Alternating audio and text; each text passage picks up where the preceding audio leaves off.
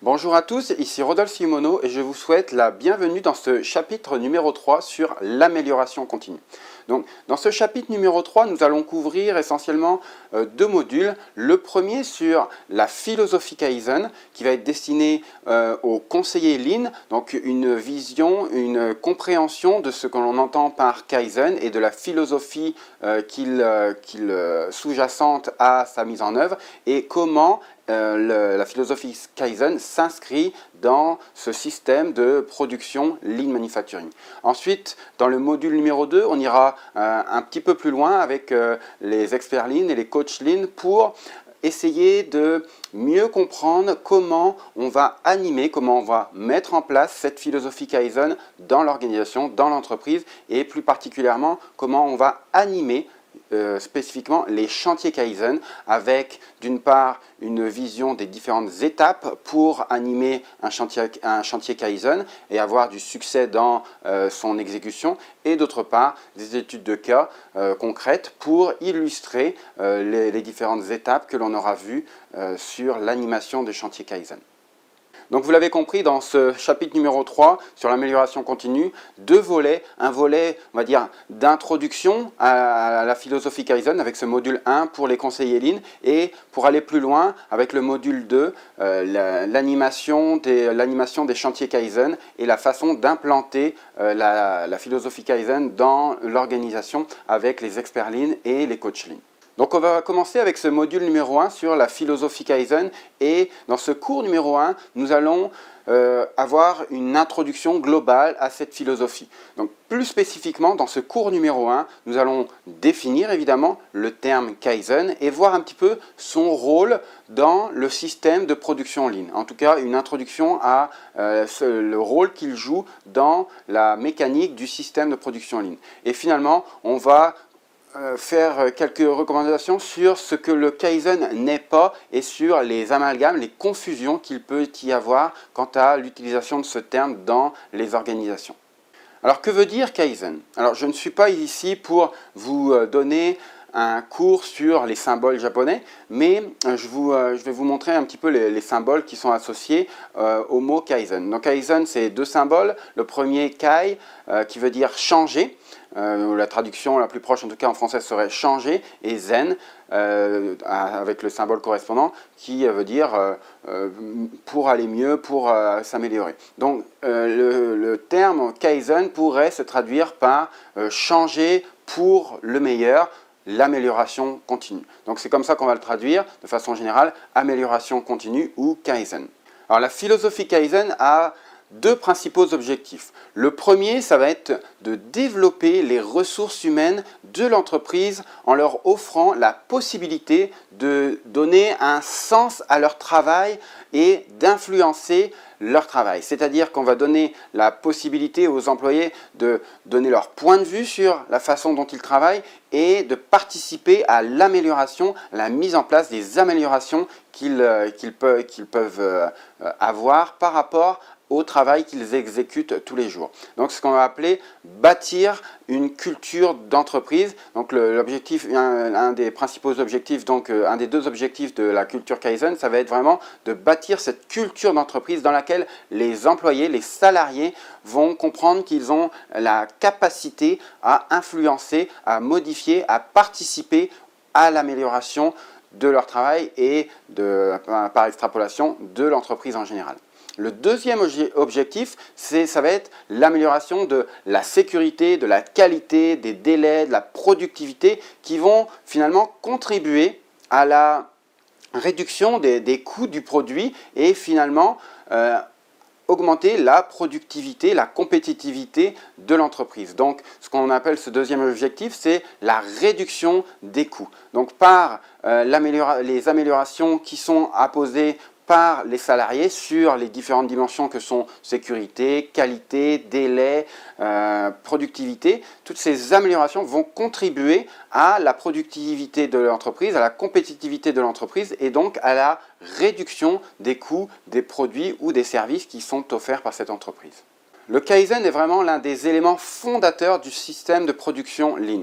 si on reprend la représentation de la méthodologie Lean Manufacturing avec le temple Lean Manufacturing, si on voit que le sommet représente finalement la finalité du Lean Manufacturing qui est d'améliorer la qualité, les coûts et les délais, eh bien pour atteindre ces objectifs,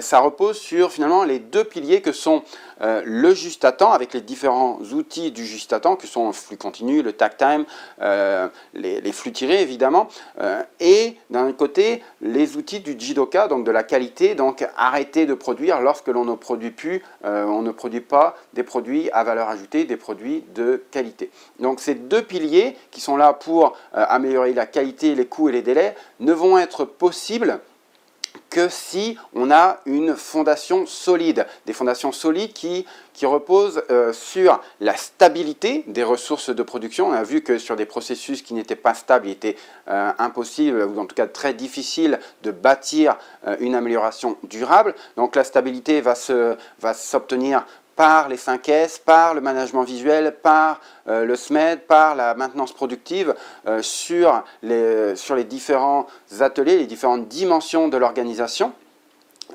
Et au-delà de cette stabilité, la philosophie Kaizen, donc la philosophie d'amélioration continue, dans laquelle les salariés, les employés participent à l'amélioration quotidienne de l'entreprise. Et on va le voir dans les prochains cours, que cette amélioration quotidienne de la part des employés, des salariés, va pouvoir se faire uniquement si on a du travail standard qui est bien en place, des standards de travail bien identifiés, bien calés, de manière à proposer une base commune pour améliorer au quotidien l'entreprise par les salariés notamment et par évidemment aussi la ligne hiérarchique. Donc, un socle vraiment important pour mettre en œuvre les deux piliers du Lean Manufacturing que sont le juste à temps et le Jidoka, donc la qualité, la dimension qualité du Lean Manufacturing. Donc un socle avec des processus stables avec les différents outils qu'on a vus,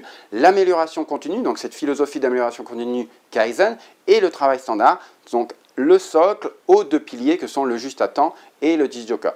Et pour assurer, on va dire, une bonne alchimie entre ces deux piliers, il va falloir qu'il y ait une main-d'œuvre flexible. Alors attention à ce terme, main-d'œuvre flexible, on n'entend pas main-d'œuvre flexible des employés temporaires que l'on peut prendre ou mettre dehors comme bon nous semble. On entend par main-d'œuvre flexible la possibilité aux salariés d'exécuter différentes activités, d'avoir des compétences suffisamment diversifiées pour que si l'activité principale pour laquelle ils sont rémunérés n'est pas nécessaire aujourd'hui, ils puissent exécuter une autre activité de par cette flexibilité de leurs compétences, de leur savoir-faire et de cette façon être en mesure de s'adapter aux besoins des outils du juste à temps et aux besoins des outils de la qualité du Jidoka du Lean Manufacturing. Et c'est ça qui va permettre, toutes ces dimensions qui vont permettre l'amélioration de la qualité, des coûts et des délais qui sont la stratégie finale du système de production en ligne. Donc vous l'avez vu, le Kaizen, c'est vraiment l'un des éléments fondateurs, un des socles principaux du système de production Lean. Et on parle de philosophie parce que ce ne sont pas, le Kaizen, ce n'est pas nécessairement un outil à proprement parler avec des règles et un standard à suivre pour le mettre en œuvre. C'est plus une philosophie d'entreprise, une façon de vivre l'entreprise, une façon de concevoir l'entreprise à la fois par la hiérarchie, mais aussi donc par les salariés de manière à ce que tout le monde contribue, que tout le monde, entre guillemets, rame dans le même sens. Donc on va voir aussi ici là, un petit peu ce que les amalgames qui peuvent être faits avec le terme Kaizen et les abus de langage que l'on peut faire dans la vie quotidienne sur le terme Kaizen. Donc, ce que c'est fondamentalement le Kaizen, c'est vraiment une stratégie de développement des ressources humaines à proprement parler. La volonté, c'est vraiment d'aider l'entreprise à mettre en place une culture, une stratégie pour développer les hommes et les femmes qui travaillent dans l'entreprise par rapport à l'amélioration de leur travail.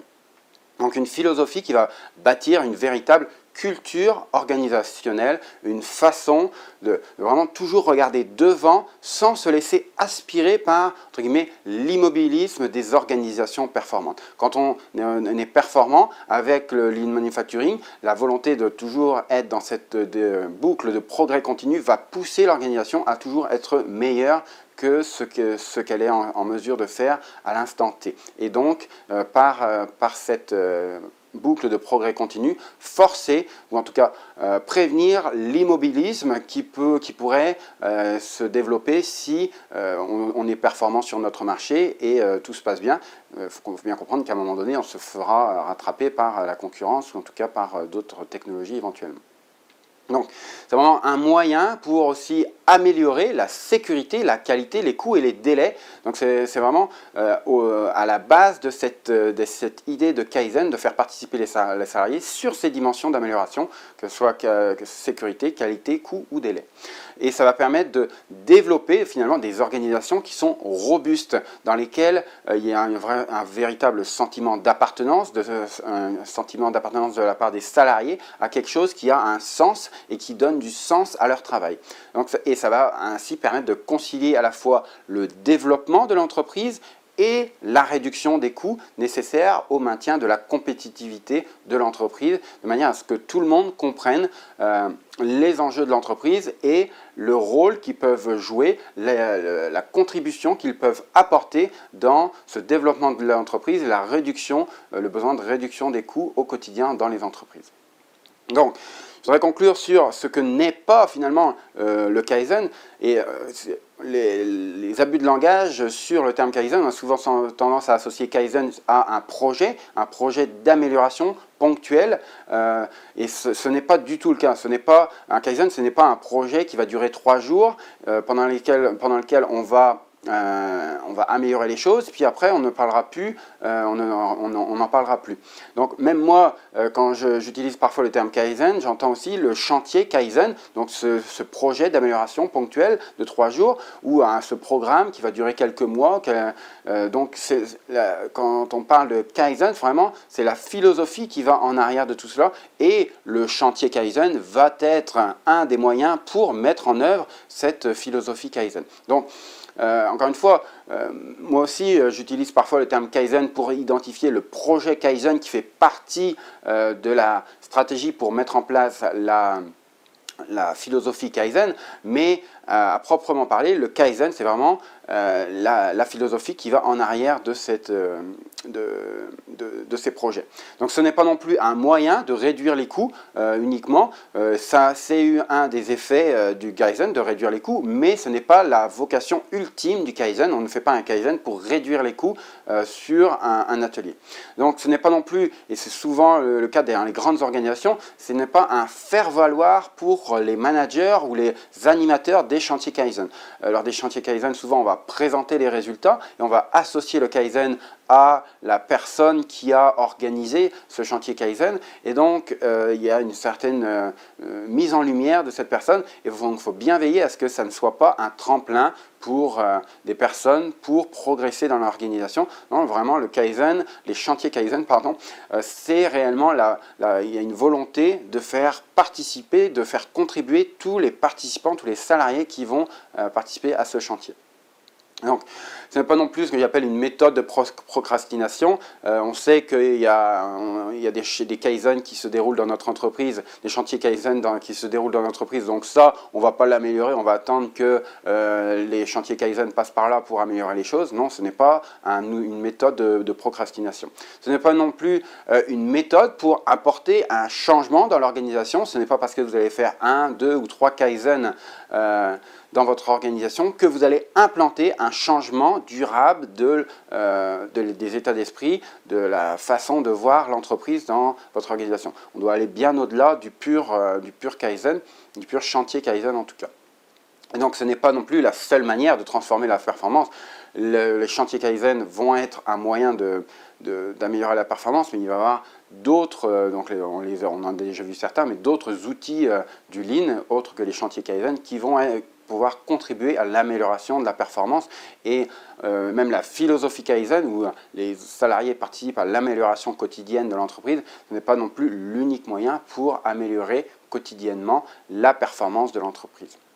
Donc voilà qui conclut ce cours sur le Kaizen, la philosophie Kaizen, la distinction entre ce qu'on entend par philosophie Kaizen, chantier Kaizen, la dimension purement état d'esprit, la dimension plus outil, et bien clairement identifier ce que n'est pas cette philosophie Kaizen pour l'organisation et les pièges dans lesquels vous ne devez pas tomber lorsque vous allez mettre en place cette façon de faire.